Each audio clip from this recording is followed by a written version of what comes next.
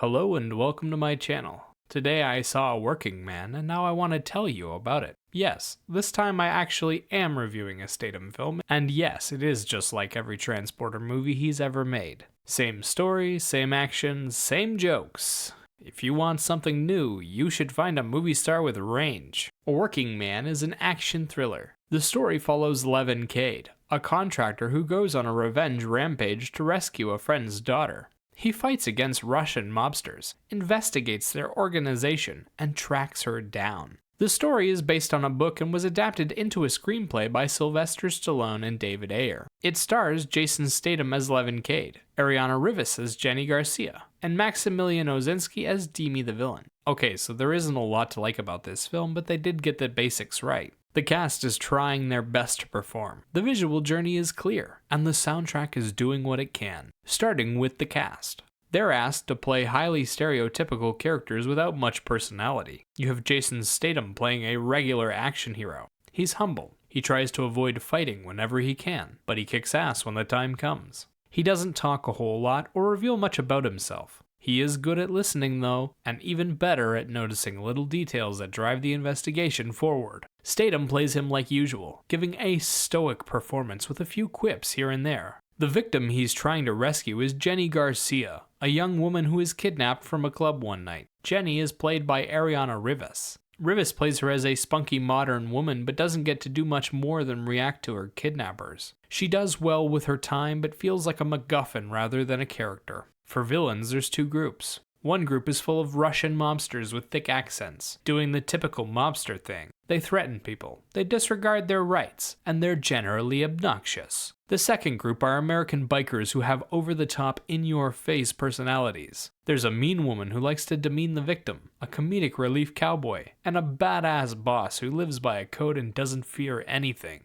At the very tip of the iceberg is Maximilian Ozinski. He plays a Russian pimp and a moron. Like everyone else, he's more of an archetype than a real character, but Ozinski plays up his vile nature and tries to make himself as hateable as possible. Visually, the film takes place in a couple of ordinary locations and involves simplistic action. Levin Cade is a construction worker, so the movie starts on a job site. From there, we watch Cade investigate the crime, tailing his enemies, picking fights, and interrogating them with torture. The locations are everyday places like a bar, a house, and a construction site. The action involves simple hand-to-hand combat. Statham takes on groups of men in choreographed action. They tend to cut around a lot, which kills a lot of the momentum and impact, but there is a lot of energy to it, and a few good moments. One of my favorites was watching Statham drag a guy's face across a counter. The combination of the sound and look on the actor's face was great. Sound-wise, they have scored instrumentals that are punching way above their weight class. These songs are complex pieces that seem to follow the story beats and add intention and emotion aplenty. Like most Hollywood instrumental tracks, they're not the most memorable and they're a bit cliché,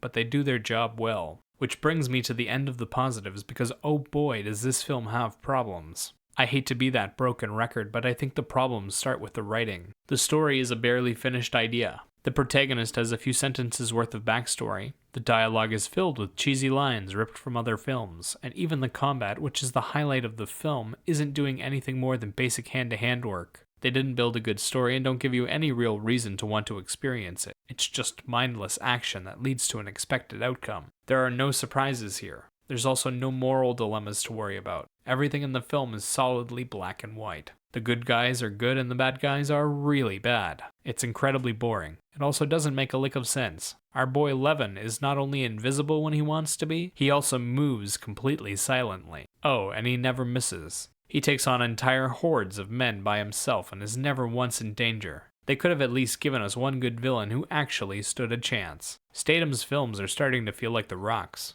The cast doesn't get to do anything deep or interesting because of their characters. Their performances feel shallow and pointless, and half of the actors struggle to make the cheesy-ass dialogue work. I would like to say that Statham does it well enough to compensate, but he plays one of the most bland action heroes of all time. Visually, the film doesn't take any risks and nothing stands out. They had so many options to work with. Instead, they always go for the blandest route imaginable. Choreographed fistfights where the henchmen rush at Statham one at a time. It's nice of them to time things so he always has a chance to counter. The sound suffers from the same problem. It hasn't got anything new for you. just the same basic flavor you've heard 1,000 times before. These tracks probably don't even register as anything other than movie music for you now. Yeah, it works to bring out the right emotions at certain times. It just isn't as effective as someone creating a theme and filling out the soundtrack with a bunch of flavorful songs that are directly relevant to the story. With this kind of mindless action, some basic rock and roll, heavy metal, or even a bit of rap might have done wonders to bring some life to the film.